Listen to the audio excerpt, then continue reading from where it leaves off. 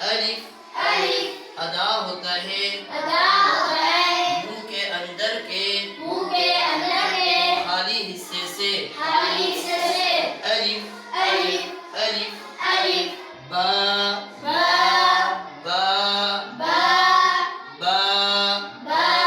ادا ہوتا ہے دونوں ہونٹ ملانے سے تا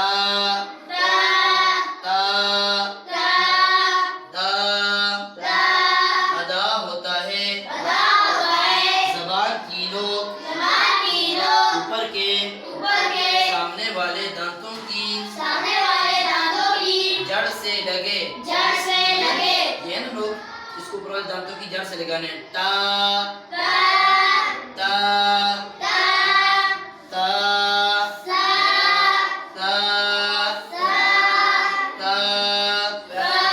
زبان باہر نکالنے ٹچ کرنی ہے تا ادا ہوتا ہے زبان کی نوک اوپر کے سامنے والے دانتوں کے سرے سے لگے یہ سرے ٹھیک ہے تا جیم ہونٹ باہر نکالنے بیٹا جیم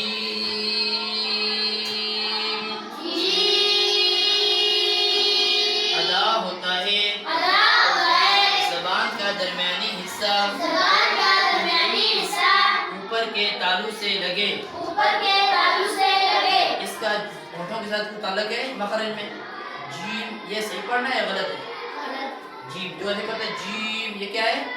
غلط ہے ہونٹوں کا کوئی تعلق نہیں ٹھیک ہونٹ اپنی حالت پہ چھوڑو اور زبان کا درمیانی حصہ اوپر لگاؤ جیم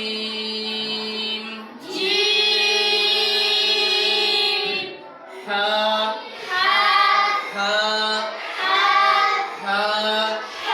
ادا ہوتا ہے گلے کے درمیان سے خو نہیں منہ کا سائز گول نہیں کرنا منہ کا سائز اس طرح چھوڑو خو آواز نکالو خو ادا ہوتا ہے گلے کے اس حصے سے جو منہ کی جانب ہے تیسرا حصہ دال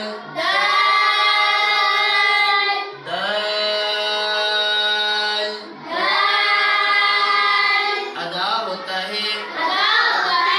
زبان کی نوک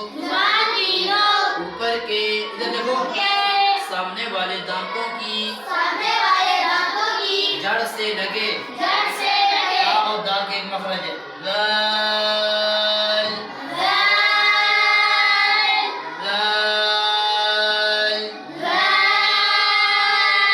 ادا ہوتا ہے زبان کی نوک میں اوپر کے سامنے والے اوپر تو پھر سرے سے لگے اوپر کے سامنے والے دانتوں کے لال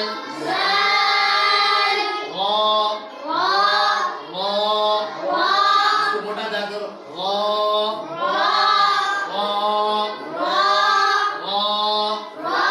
ادا ہوتا ہے